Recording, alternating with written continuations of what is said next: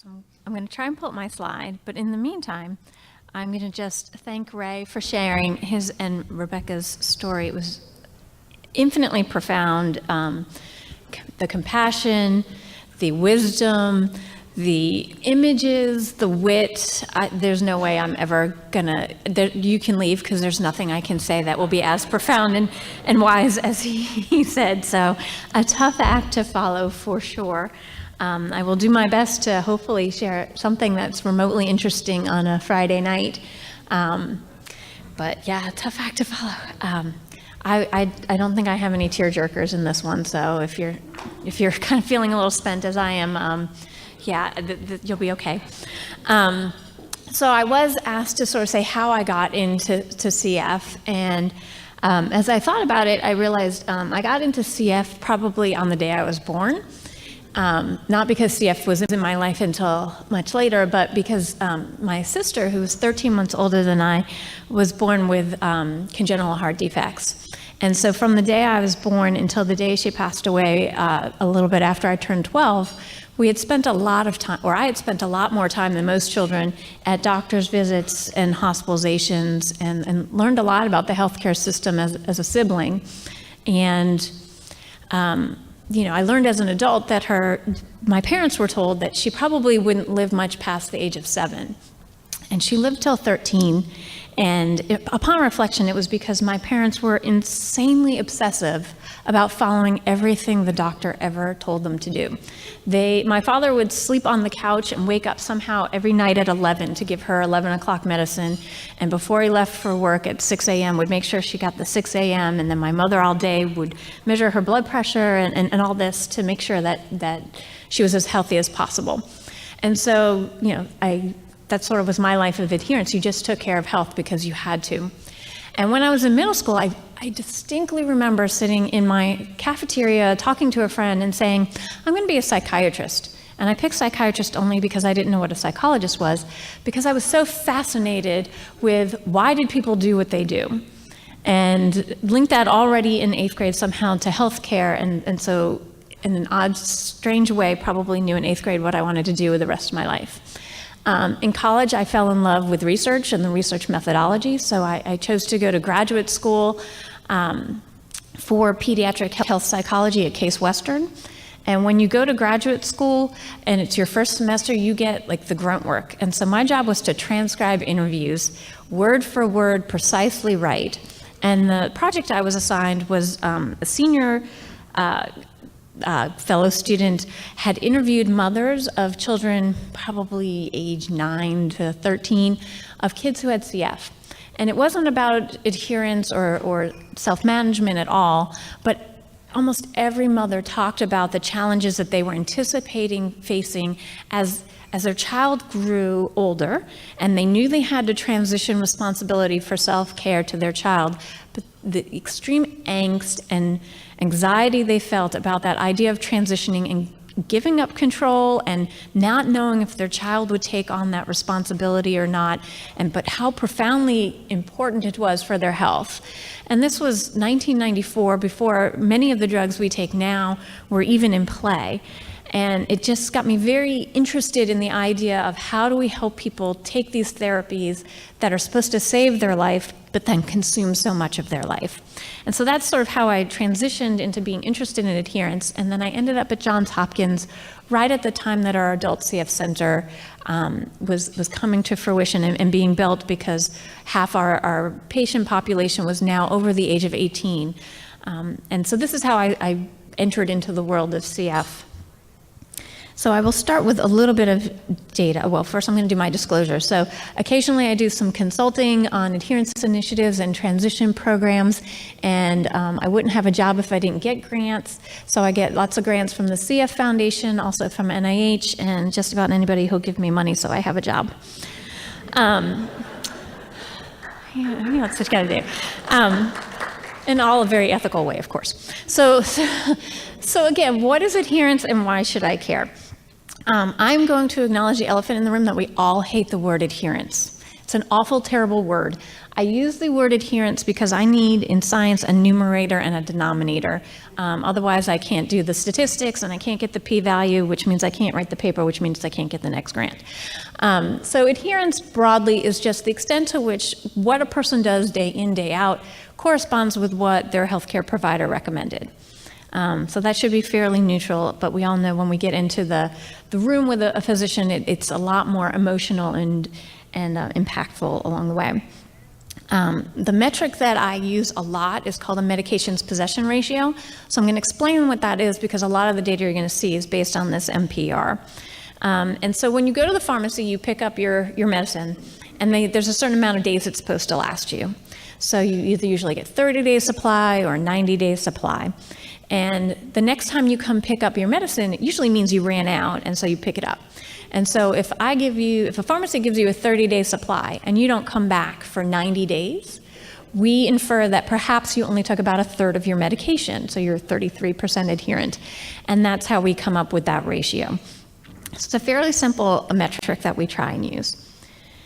So in the research we've done, we found this has all our different medications that are commonly prescribed for chronic use in CF.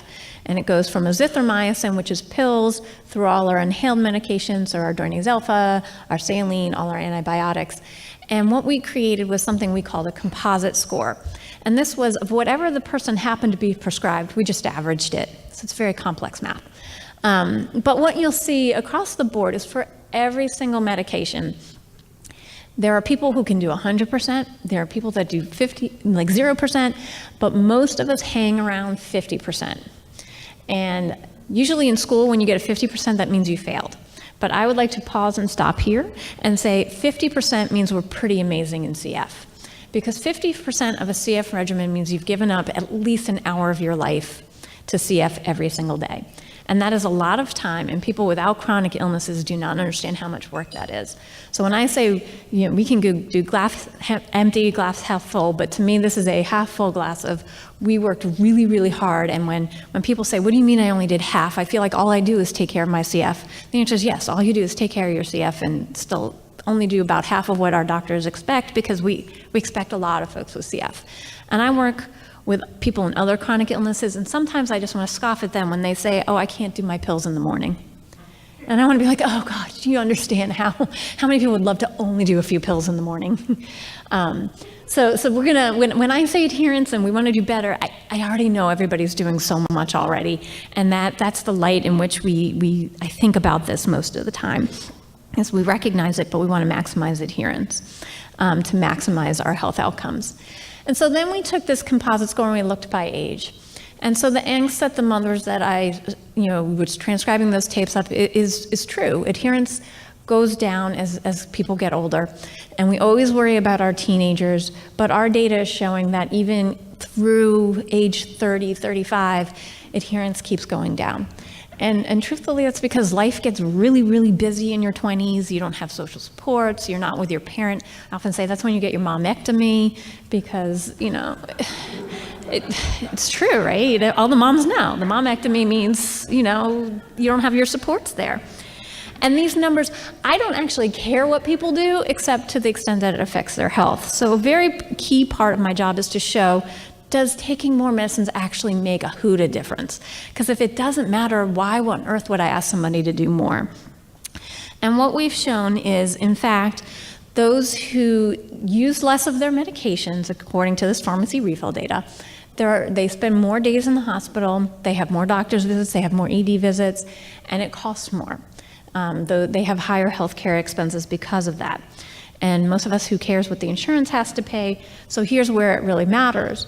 Those who have more times in the course of a year that they are hospitalized for an exacerbation, on average, take less of their medication during that same year. It's not a guarantee. Taking your medication is no guarantee that you can avoid an IV. But if you look at this data, those who didn't have any IVs, again, adherence ranged from 0 to 100, but on average, they took about 80%. But those in my study who needed 3 or more courses of IVs, not a single person was over 80% adherent, and the mean was about 40. So there's some thought that if you want to avoid IVs, you take more of your medications throughout the day. And with lung function, we showed that those who were taking 80% or more had the highest lung function, and it did not decline over that year, whereas those who were taking less medication had lung function decline over the course of the year. So this led us to believe that it actually does matter to take your medicine, so perhaps we should try it and help people take more of it if they can. So I'm going to transition a little bit to the Success with Research Consortium because it sort of is the context for what's happening these days in the adherence world. And I'll tell you the little story of how this came to be. So, so my story ended with I started working with the adult CF group at Johns Hopkins, and I happened to get some money from Genentech and the CF Foundation to start looking at adherence. And Genentech would occasionally come to the CF Foundation, and I only live about 45 minutes from the CF Foundation in Bethesda. And so when Genentech would come, the foundation would ask me to come and present the most recent data that I had. And every single time it showed that adherence was around 50%, and didn't matter what drug it was, even the pills, people took about 50%. And at the time, Preston Campbell was the senior director of medical affairs, and the Kalydeco drug was in phase 2 trials, and it was looking really good. And so Preston, sort of during one of the breaks, came up to me, and he's like, and if you know Preston, he's very tall, and he's a great Southern gentleman. And he said, now, Kristin, I know you can't tell me for sure. This is all hypothetical, but if we make the cure, they'll take it, right? And I said, no, they won't take it. And for this reason, and this reason, and this reason, and this reason, including the fact that you made them feel better so they just forgot because they got busy with life. And so that a little bit put a bug in their ear that, if we put all this money into building great drugs, but nobody takes them, so if the tree falls in the woods, does anybody hear a noise? Make the best drug, but nobody takes it, what's the point of making that investment? And concurrently, I will not take full credit for this, concurrently they were increasingly listening to the patient voice and stakeholders about just how hard and how complex the regimen was. So as they engaged in strategic planning, one of the initiatives they took on was adherence. And fortunately, that has evolved from the word adherence to partnering for sustaining daily care, with the idea that this is a partnership between the healthcare provider and the family, with the family as the driver. But as a part of that initiative, Bob Bell would always come up to me and say, well, what do we need to do? We need to do it right now. We got to put something into, all the clinics need something. What do I have to do? Anyway, need a psychologist in every single clinic? And I said, we don't really know what works, but we got to do something. I said, well, we can't do something that we don't know actually works, because anything we do takes time. And the one most important thing I've learned from speaking with folks with CF is time is the most precious commodity there is. And don't waste my time. And so if I say you have to come and do a therapy session every week for the rest of your life, and it doesn't actually work, I've wasted their time and I've done harm. And first rule of medicine, do no harm. So we have to figure out, does it really, really work? And so in part of their initiative, it was to develop the Success with Therapies Research Consortium. It's a horrible, terrible name, but we didn't want to put the word adherence in it, and we didn't want a cutesy name like STAR or some other horrible acronym that studies seem to often have. So we are the STRC, which means absolutely nothing. So nobody knows what we do, but they also can't hate us. So the STRC is in many states. We tried to get a geographically diverse. We have some small centers, we have some large centers. We have 9 adult care centers and 13 pediatric care centers right now. It's funded by the CF Foundation. It has a great mix of physicians and psychologists. We have a health economist. We have a pharmacist. The greatest thing ever, so I'm usually the only psychologist in a room full of MDs. And this was awesomely fun because the MDs were like, who are they? And I was like, hey, how are you? Because it was all these psychologists. And it was a lot of fun. But our mission really is to, not just to improve adherence, but as you see, core value, optimize health outcomes and quality of life. So we're not just ever going to measure and say we're successful because we improved adherence. We want to say we improved quality of life. And then we have many core principles that when we are considering taking on a project, we say, have we met these core values? First one is, are we measuring adherence appropriately? I could spend about 20 hours talking about measurement of adherence and you'd all be bored to death, but just know that most studies don't measure it very well, and it's very challenging, and Usually you can't compare one study to another because they've measured everything so differently. You don't know if it's the difference between the intervention or the fact that they just measured things differently. So we want to measure everything the same way, so we're comparing apples to apples. We want to be patient-centric and empowering of the individual with CF. We do not ever want any of our interventions to be like, why aren't you doing what we told you to do? Because you know what, that doesn't work, and it's kind of mean. So we want to be patient-centric. We want to build on people's strengths and their needs. Many interventions are usually just focused on everybody gets plan A, and even if you don't need it, if it's not what's important or what's affecting your challenges, it's, oh well, that's what you get. So we want to make sure we have a great toolbox so that everybody gets what they need at the time they need it. So very much the idea of personalized medicine, not from the genetic perspective, the way our CFT RT modulators are, but the way that behavior has to be, that people's life challenges are different, so we can't treat everybody as the same. We want them to be feasible, practical, and adaptable. I can make some great interventions if I can completely control your life. Or if I had somebody show up at your house every single day to give you your medicine, it would probably work really, really well, but it would never, ever be done in real life. So we want to make sure these are things that care centers can do, and that families are willing to do, and that are acceptable for them, and that work for their life. And most importantly, we want to leverage our collaborations with all our key stakeholders, families and patients themselves, most importantly, but even the care teams in the community, because they're often important touch points for success. Our leadership, again, is quite diverse. I co-chair it. I run the data core because I'm a data geek. Greg Zwicky, a physician at Boston Children's, runs the study management core, and then we work with Cindy George at the foundation, and she's an adult nurse practitioner. So we have a lot of again, diversity. This complex little model is not for you to fully understand the org chart of the consortium, but really to remind me to point out that we have a patient voice everywhere. So this is Kate Haver and Kristin Dunn. They're on our steering committee. Jill Mag just joined us last week, accepted our offer to join the committee. So Kate and Kristin are adults with CF, and Jill is a mom of, I think, a 24-year-old. So they're on the steering committee. They help us make all our decisions about governance and what we ultimately fund. All our protocol reviews have at least 2 stakeholders of either parents or adults with CF who review and say, yes, I think this is a good project. Every single participating site is supposed to have a patient family advisory committee where we take questions to. We often ask, one of our very first projects was to ask about how we should do compensation for our study and what's a reasonable amount of money to compensate. And the foundation was shocked. They were like, we've never asked people what we should compensate them for being in a research study. And we said, well, why not? So every single project we have is having a patient and adult voice from the very beginning. And as you'll see, every project we have includes that patient voice as well. So one of the first things before you can actually help folks is to understand what gets in the way.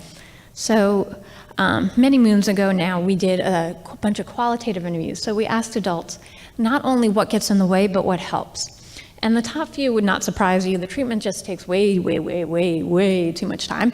But life gets in the way. One of the most profound statements I ever heard was, am I living to take care of my CF or taking care of my CF to live? And that, I think, is the challenge almost every day for folks, particularly as their illness becomes more severe. So social demands, work demands, school demands, general ideas of forgetting, but not feeling any better. A lot of our treatments are just designed to prevent bad things from happening, not to make you feel better in the moment. We often joke if we could just add a little nicotine to everything we gave people, or a little stimulant, everybody would take their meds, because you feel better. But if you don't feel any better, what's the point, right? Fatigue, having lung problems is very exhausting, and then trying to keep up with life, coming home and the thought of taking another half hour of your life before you go to bed to take care of your health, to take all these medicines, to have to clean everything up afterwards, just straight up fatigue gets in the way. Stigma and embarrassment come out a lot, particularly in teens and young 20s, not necessarily with their good friends, But the most interesting thing I heard from 20-year-olds, like my roommate, I don't care about doing it for my roommate, I don't care about doing it for my boyfriend, but my roommate's friends come over, and I just don't want to deal with explaining this. I don't want to just get into it, so maybe I'll skip. Saddest story from this was a man told us that I never once did my therapies in front of my wife. That just wasn't manly.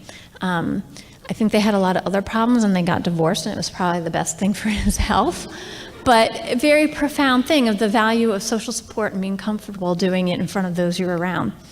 Facilitators were coming to CF Clinic, and for some people it was being afraid of their PFT numbers, and for some it was the support they got from their care team. Support and reminders, the importance of parents, even once they were older. The number of times hearing that my fiance sits next to me while I do my therapy. Like that was in and of itself was just emotionally profound. When there was a perceived benefit, if they felt like the medication really was happening, or helping, that would make them more motivated to keep doing it despite the hardness of it. If it was easy to do, if you have to compound your colistin, that's much different than doing your Kristin through your Altera device. Just making it a habit and routine, folks that can say, it's just like brushing your teeth. Everybody has to brush their teeth. I have to take my medicine. Folks that can do that made it a lot easier. Distractions and rewards. I sit on Facebook. That's the only time I let myself use social media is when I'm doing my therapies, so that it's this reward. And some people talked about guilt. Guilt that, my parents would be upset that I didn't do it. Guilt that people before me didn't have these options. Not a lot of folks said it, but it was definitely this thought that came up. So this was a very small study with just a few adults. Then we recently, one of the goals that the foundation had for their strategic plan was to better understand the barriers that individuals with CF and their families faced, in part to understand what we needed to focus on in terms of interventions, but also then once we had our toolbox of interventions, being able to get people to the right intervention, right? If you're having finance problems, talking to the psychologist isn't going to help, but if you were depressed, I would be the right person to come to. So how do we make sure you get to the right place? And these are a lot of the same things. There are three spots I want to point out. Vacation or travel was one that had a profound effect on me. When we first started scoring these things or coding them, we did the providers first, and travel and vacation fell into daily habits and routines because providers really just saw it as, well, it's disruptive to their routine. When you read the patient and parent quotes, it was, do you know the hassle of trying to get through TSA checks with all your devices? And how often I get a pat down because I have all this stuff with me? Or the fact that I have to pay an extra baggage fee because I have a whole suitcase full of medical supplies. It was these very practical, the vest doesn't fit in the overhead bin. Where do I put it on the airplane? So things that I think the care team doesn't recognize per se, but that were clearly very profound and impactful for patients and family. Energy was a code that we found common for both, but for care teams, they saw it as burnout. They've just been doing this for so long, they're just sick of doing it. It's just tiring in that sense. Whereas the patients literally talked about fatigue. I am just too tired, I want to go to bed, or I don't want to wake up in the morning and do this. So if we're both talking about lack of energy, but conceptualizing it in a different way, we're certainly going to have a communication divide on that and very different solutions. And the last two, knowledge and skills and family, you can see that the providers were much more likely to highlight those, in part because they have an experience of hundreds of patients versus their own personal experience. But providers are more likely to perceive their knowledge and skills deficits that can impede adherence versus families. And in part, that's because if you don't have the knowledge, you don't know what you don't know. So we need to make sure we create interventions that are respectful of our different perspectives, but make sure we understand them as well. So coming from this, we've then created two checklists. The first is the Barriers Adherence Scale, which covers all treatments simultaneously, but very broad topics. So have you ever experienced access to medications problems with all your prior authorizations, those sort of broad topics? And if yes, to what extent does it interfere? Because I think there's profoundly a difference between folks who never experience a challenge, therefore it doesn't affect their behavior, and experience the challenge, but are able to overcome it. And so can we make sure that we're recognizing when people can overcome the challenges that they face? And then we have treatment specifics. So for 17 different treatments that are done, and when we showed this to our co-investigators, they were like, but you forgot this one, this one, this one, this one, this one. So we thought that's going to be in 2.0 version. But we have 17 specific ones that have very specific barriers. So I don't like the taste of this particular medicine, or it's very hard to make sure I take it with a high-fat meal, or very specific to the treatment. So to test whether general barriers or specific barriers, or both, are the ones that are important. And again, because we don't want to put this out into the field before making sure it really works, we are currently doing what we call a validation study with 200 adolescents and 200 adults at all the STRC sites that will complete these screeners, but then complete a very long survey of all these things. So we narrowed down single questions of things that are normally measured maybe with 20 questions.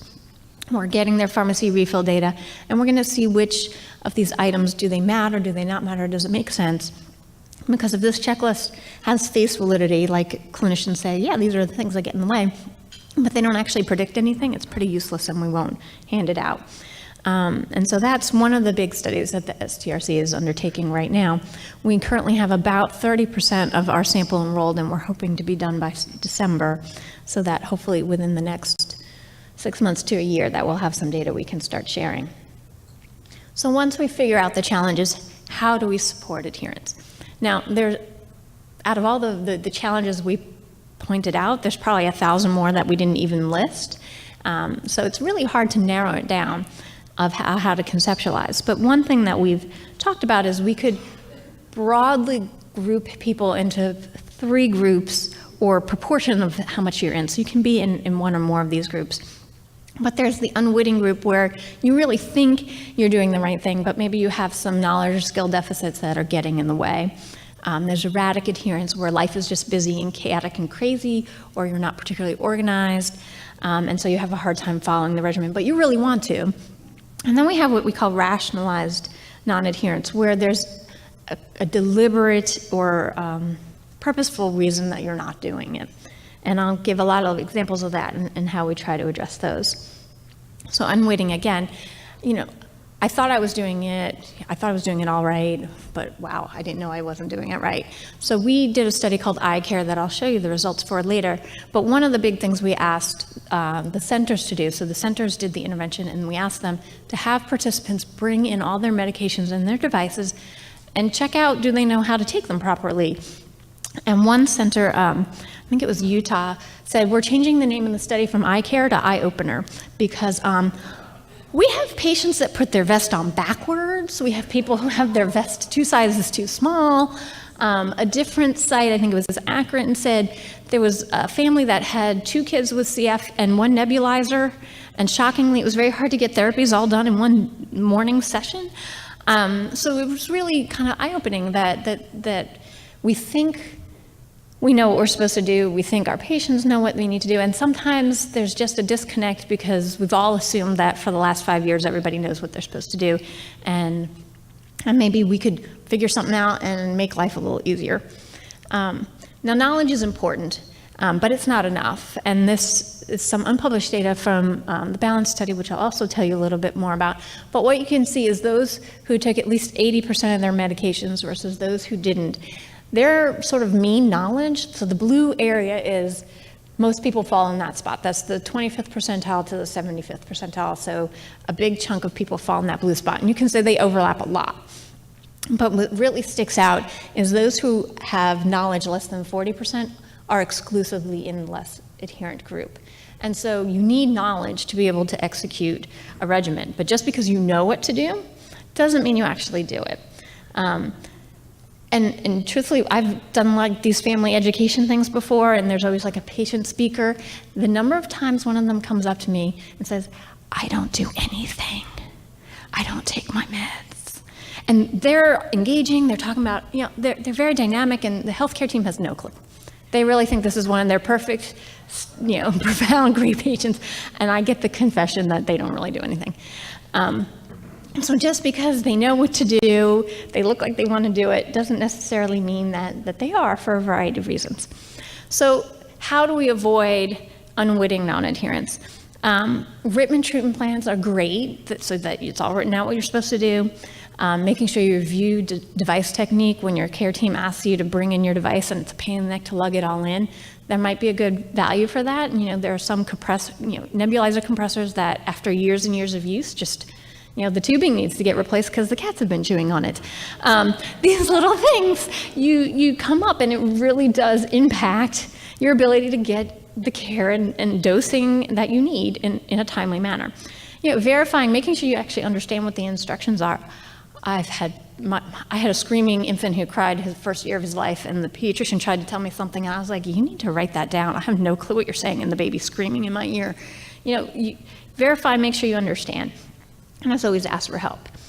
And the reason we care about treatment plans, so as part of the iCare study, we asked teenagers and parents, at your last visit, were you given a written treatment plan? And if you were given one, do you actually know where it is right now? And as you can see, teenagers didn't think they were given them, and then if they thought they were given one, they had no clue where it was. So it got to the point where about 30% of these teenagers knew where it was and had it available to them so that they could actually use it to their benefit. So 70%, no clue necessarily what to do. Parents were around 60%. So verifying instructions, this is called, when you teach physicians this, it's called tell me back or teach back. But I think it's a great thing for anybody who's everybody should just always do it. It's one of my favorite things to do. I want to make sure I understand what you told me so I can make a good decision, or I know what to do when I get home. It's a pretty simple thing, but it's amazing how often we misunderstand what's been told to us, or we think we said something in a clear way and it's not clear in any way, shape, or form. So when, like Ray said, I was part of the morning rounds, you probably clarified 1,001 things for those care providers that they were getting wrong like every day. So these are very important things. So erratic adherence. These are, I meant to do it, I plan to do it, I went on vacation, it's a hassle, I'm too tired, I'm too busy. Those are all big challenges that we all face with many things in our life, but they are, when we're working on things that will improve our health, still lead to us not getting our treatments done. And so how do we avoid this? We identify the barriers and we problem solve. And I'll talk a bit about what that means, because I don't think everybody has the psychologist view of that. But there's many things. There's 1,001 apps now to help you remember to take your medicines, and monitoring and linking to things that you enjoy, like I said, doing Facebook. But problem solving. So problem solving, it's fun when you do problem solving with like teenagers and their parents when they're really angry at each other. What's the problem we have here? She was lazy. That won't help me solve the problem. It doesn't want to wake up in the morning. How can we get up in the morning? Can we shift? And so then we brainstorm.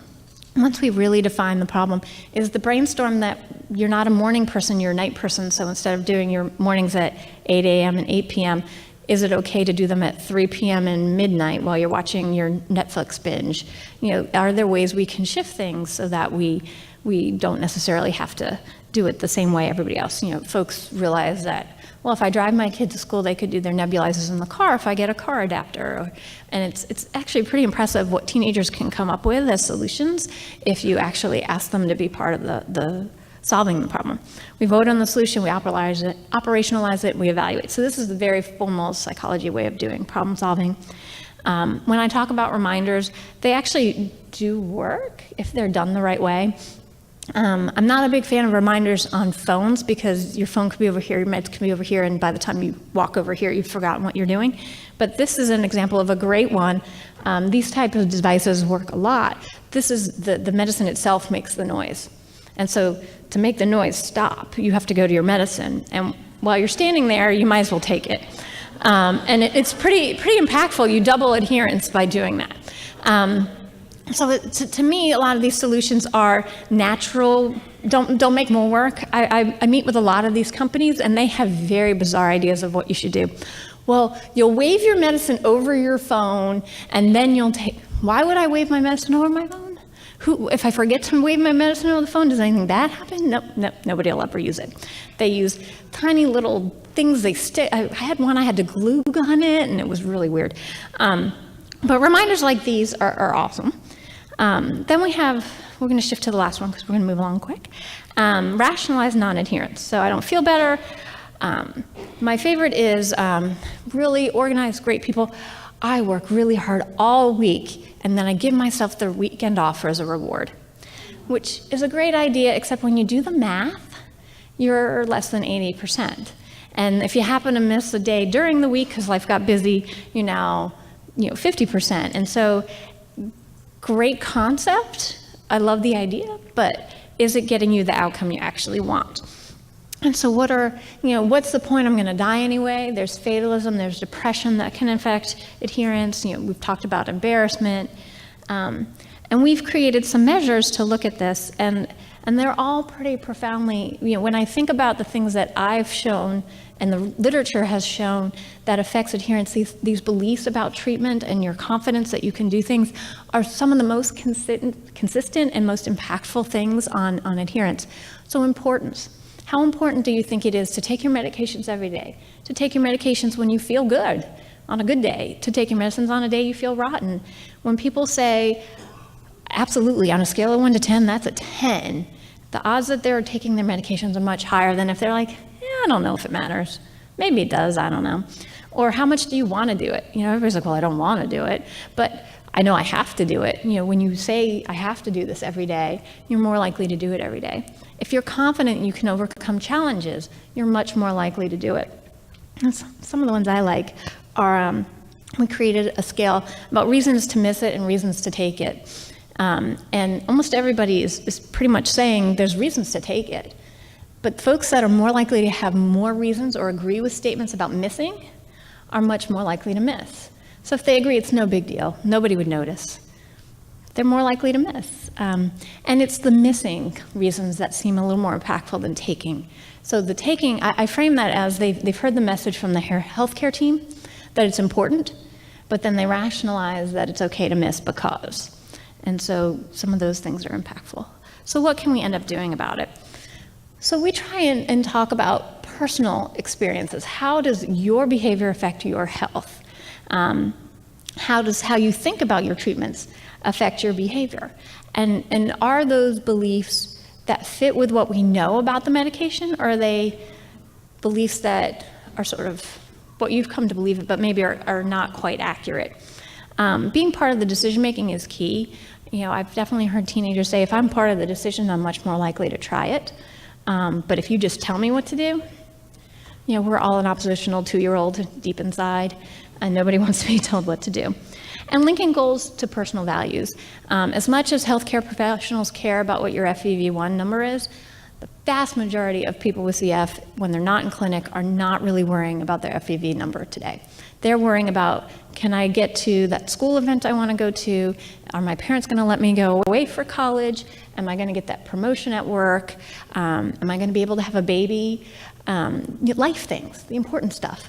And so if we can link taking care of health to the things that actually matter to you personally, that's going to be much more motivating than saying, well, your FEV will go up 5 points. Yay.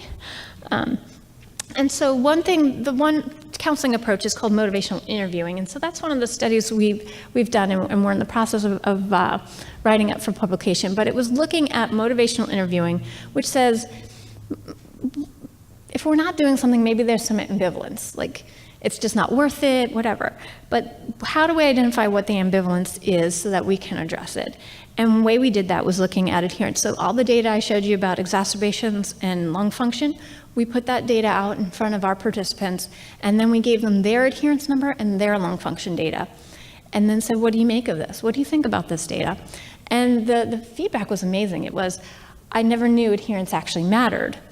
Gosh, my number puts me in this number of exacerbation ranges, and that's right, I do. I have to go to the hospital 2 or 3 times a year. Are you saying maybe if I took my medicines more, I wouldn't have to go to the hospital? Comparing that to the traditional knowledge and skills and problem solving. So comparing the rational behavior non-adherence to the erratic adherence. And our results, we didn't change adherence, but we improved lung function or decline. So typically adults decline about 4% per year. And our group in the motivational interviewing group declined less by 2%. So cut the rate of decline in half almost, just by getting folks, or doing motivational interviewing. I can't even say taking adherence more because our data wasn't so good. So I mentioned eye care. That was a trial where we taught the care teams how to do problem solving. And we decided to teach the care teams how to do problem solving because our typical experience in observing care teams is, why don't you take your medicines? I forget. You should use a reminder. Set a reminder on your phone. I've addressed barriers, which doesn't work. And so we taught them problem solving, and they actually had to pick a specific barrier and go through all those steps I talked about. And the teenagers who were part of this study said, this is the first time anybody's actually listened to my opinion in my clinic visit before. They actually looked at me and talked to me. The parents said they came up with great ideas. The care team said, I learned so much more about my patients than I've ever learned before. And we actually showed that it improved, or it slowed the rate of decline in lung function and BMI. So again, that's the real goal, is to always improve health. We didn't show a change in adherence in terms of medication, but teenagers focused on airway clearance, exercising more, nutrition, all sorts of things that are really important, and we showed improvements. So upcoming studies. So again, Measurement Geek, there's all sorts of ways now that you can measure very passively that doesn't take much more work. So it's not someone has to keep a diary of what they do, but we can use devices. And the really neat thing with these devices is we can display the data in a way that could actually be useful. So instead of saying, you only take 50%, I can say, I'm looking at your pattern. It looks like mornings are really hard. What happens in the morning and how can I help you? So that instead of it being a confrontational gotcha moment, that it can be actually a problem-solving one. But before we can actually do those types of interventions, we have to make sure these devices are okay. Because like I said, I've used some really horrible devices before.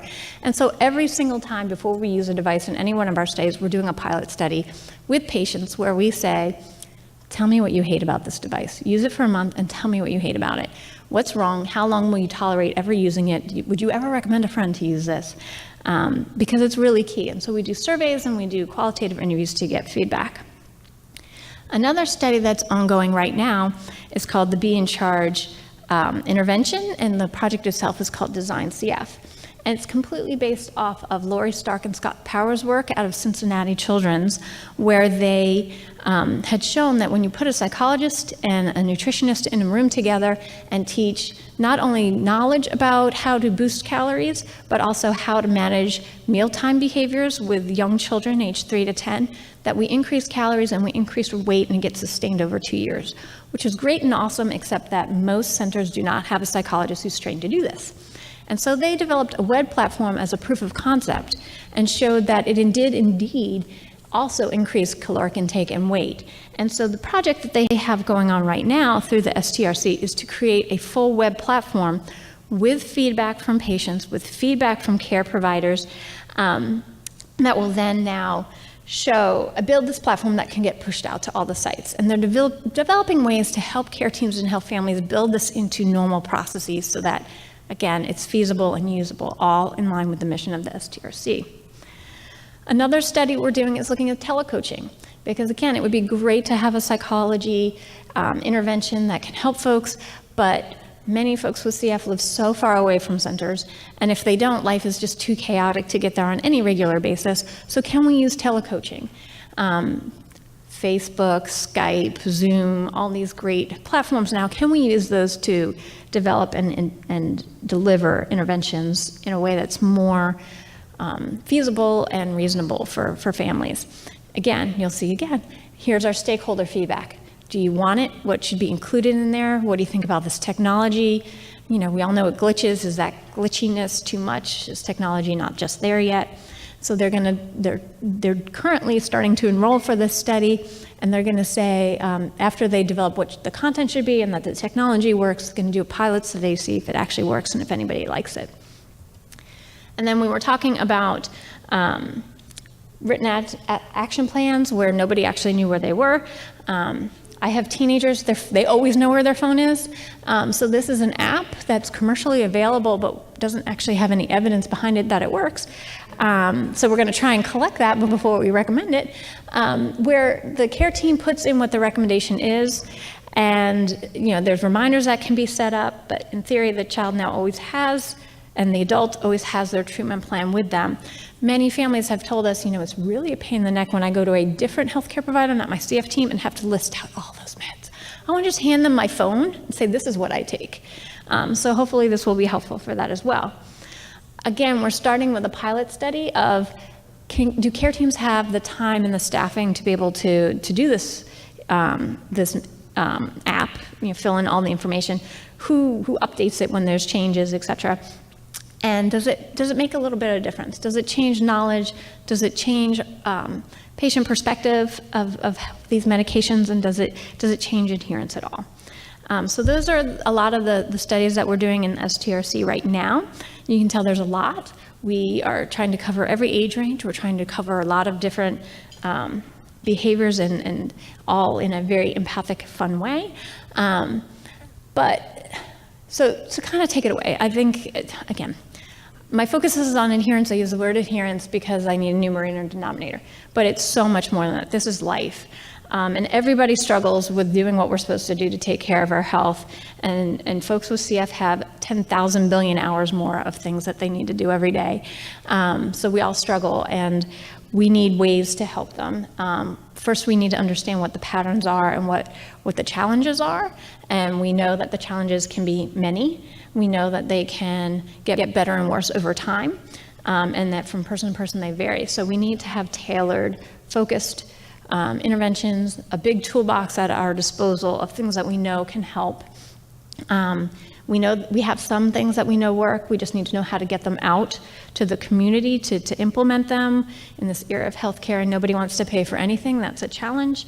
The STRC is really that our core focus is to help improve health and quality of life, and not take up more precious time. So how do we create these things that are able for help patients, but also are things that care teams can do and that maybe someday insurance companies will pay for. So that's what we do in a nutshell. The state of treatment adherence research in CF right now. I appreciate you all staying and listening. Like I said, not quite as exciting as Ray's, but hopefully informative. So thank you very much.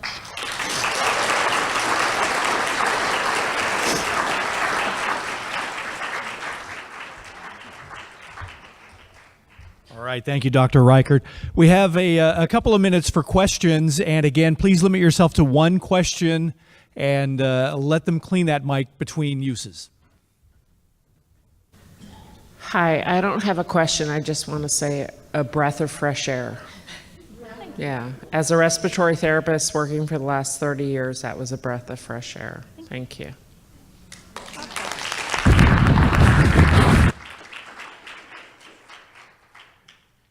It was a very good presentation. Thank you so much. My question is, how do you factor in where people are in the stage of their disease? And do the statistics show that? So illness severity is very complex because it's a chicken and egg. There are people who want to believe you get sick because you haven't taken your medicine, but there's also people who take their medicine because they're sick. And so we don't really understand which comes first. I think it's probably a little bit of both. There's definitely folks who say, I didn't do anything until I got sicker.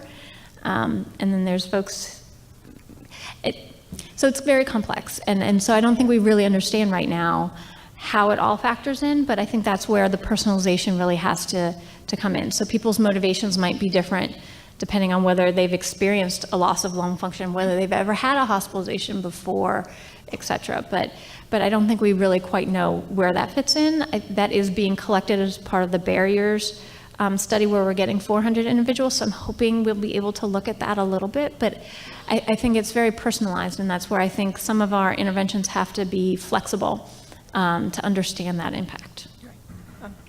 It's not a second question. It's, excuse me. it's to clarify if someone's at end stage of the disease, how does adherence factor in? It's also very complex. I think there are folks when they are waiting to get listed for transplant because they know adherence is a factor in getting listed, maybe step it up a little more.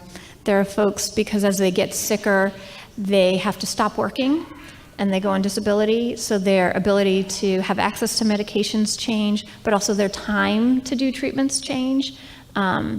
If you're sicker and you're not going out as much, you're home, and so you have a little more time, but you're also sicker and feeling sicker, and so you're too tired to do your therapies. So it's hard to tell for each individual person. I think it really does vary, but I think once you're sicker, you're doing a lot, and we're asking you to do a whole lot more. We do have data that shows in CF, in contrast to almost every other illness I've ever seen, the more medications you're prescribed, the higher adherence, which is completely atypical and not what anybody would expect. And I think it is partly that confound with illness severity. The sicker you are, the more meds you are, and then the less well you feel, so you take your medicines because you feel like the medications are then helping you.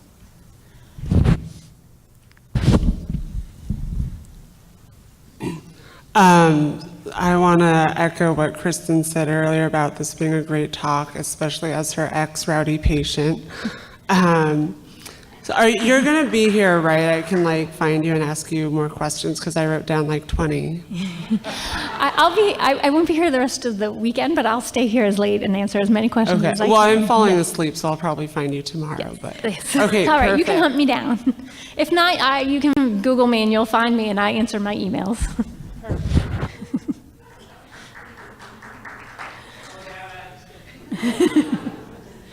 Hi, wonderful talk. I'm the nurse coordinator at a small satellite center, and I am currently getting my doctorate in nursing practice, and this fits right in with what I want to do for my dissertation. So are you available for consult?